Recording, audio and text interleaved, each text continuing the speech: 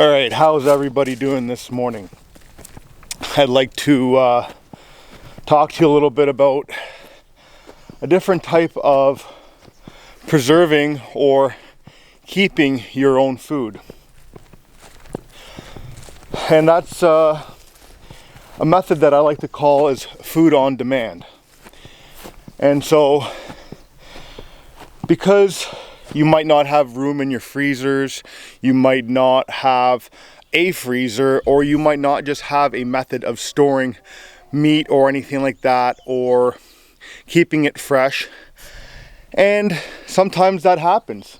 And so what we're doing today is we are going to be taking one of these little buggers here and making food on demand with them, basically. All right, so what we did was last night I separated our biggest chicken from the flock, and it's kind of hard to tell which one's the biggest one because they're all fairly decent size now. They're ranging around, I would say, 10 pounds, maybe even 15 pounds undressed, depending on which ones you're looking at.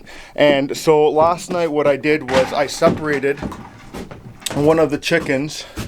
I'm not sure if you can see him or her right here.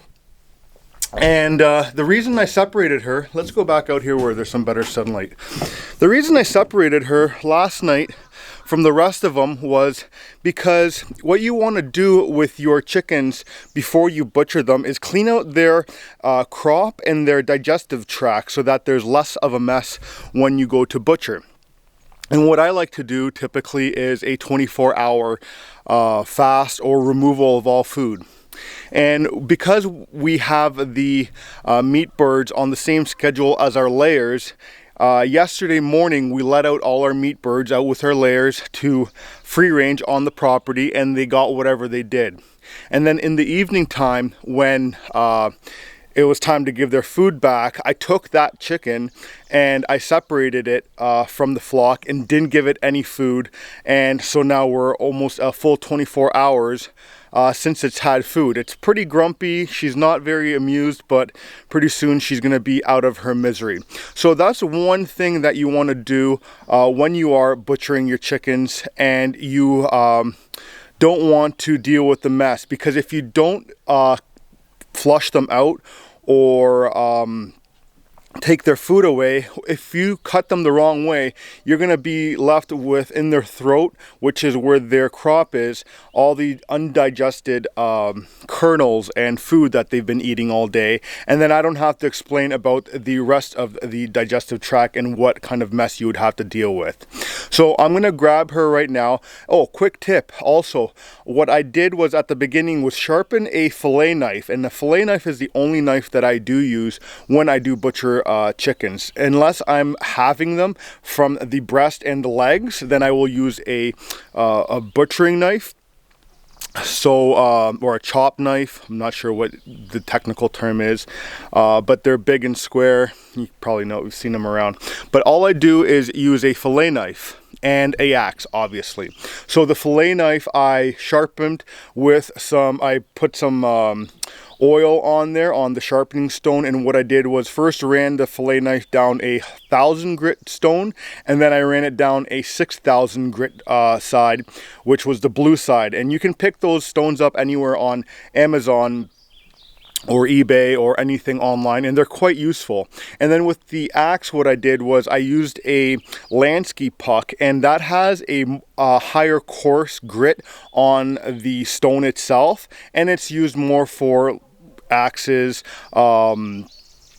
or anything that you don't need really as fine as you would a fillet knife. And the reason I use a fillet knife is because I don't pluck my chickens. I completely skin them, and that way the fillet knife can cut right through the skin. I can peel the skin right back and not have to deal with plucking them, and because the knife is nice and sharp, I don't have any worries about damaging the meat itself. So we're gonna grab this one right now and we're gonna process it, and I'll let you know what we have as a dressed weight after, I believe we're at 10 weeks now.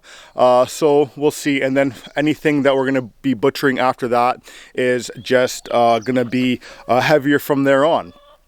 And because Kimberly is cooking today and didn't want we didn't have any chicken in the freezer from last year, we just ran out.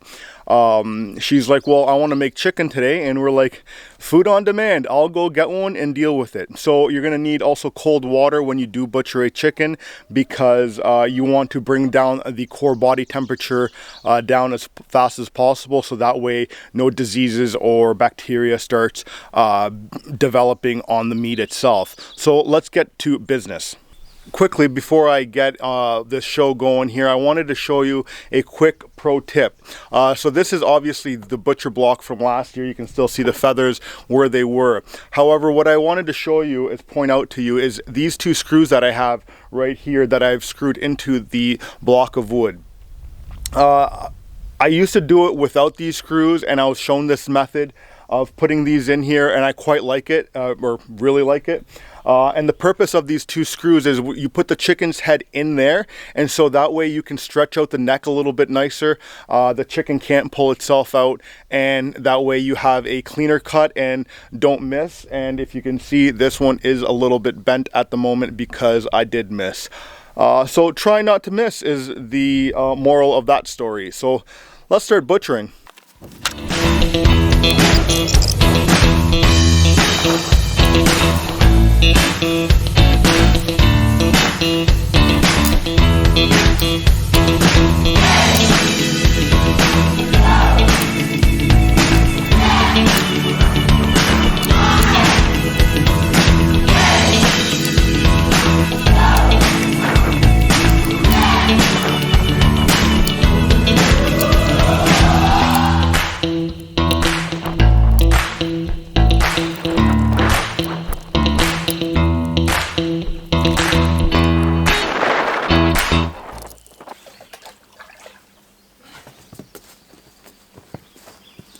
All right, the chicken is in the cold water waiting for it to be, just waiting for it to cool down a little bit. As you can see in the video, Tank and Roxy are out here as well.